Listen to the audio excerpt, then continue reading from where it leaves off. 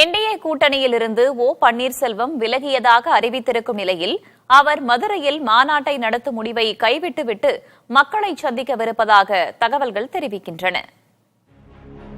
தேசிய ஜனநாயக கூட்டணியிலிருந்து விலகுவதாக அறிவித்த முன்னாள் முதல்வர் ஓ பன்னீர்செல்வம் தனிக்கட்சி தொடங்கவிருப்பதாக கூறப்பட்டது. அதே நேரம் விஜயின் தமிழக வெற்றிக் கழகத்துடன் கூட்டணி பேச்சுவார்த்தை நடத்துவதாகவும் தகவல்கள் கசிந்தன.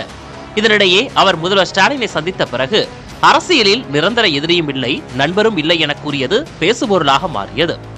மதுரையில் மாநாடு நடத்தும் திட்டத்தை கூறியிருந்த நிலையில் தற்போது அதனை பன்னீர்செல்வம் கைவிட்டதாக அவரது ஆதரவாளர்கள் தரப்பில் கூறப்படுகிறது. அதற்கு பதிலாக தமிழகம் முழுவதும் சுற்றுப்பயணம் மேற்கொண்டு மக்களை சந்திக்கவிருக்கிறார். தனது சுற்றுப்பயணத்திற்கு ஏற்றவாறு 5 மண்டலங்களாக பிரித்து மாவட்ட வாரியாக மக்களை சந்திக்க பன்னீர்செல்வம் திட்டமிட்டுள்ளார். இப்படியான நிலையில் பன்னீர்செல்வத்தை சமாதானம் செய்யும் முயற்சியில் பாஜக தலைமை ஈடுபட்டுள்ளது. அவரை கூட்டணிக்குள் கொண்டு வரும் வகையில் பாஜக தலைவர்கள் பேச்சுவார்த்தையில் ஈடுபட்டு வருவதாகவும் தகவல்கள் தெரிவிக்கின்றன.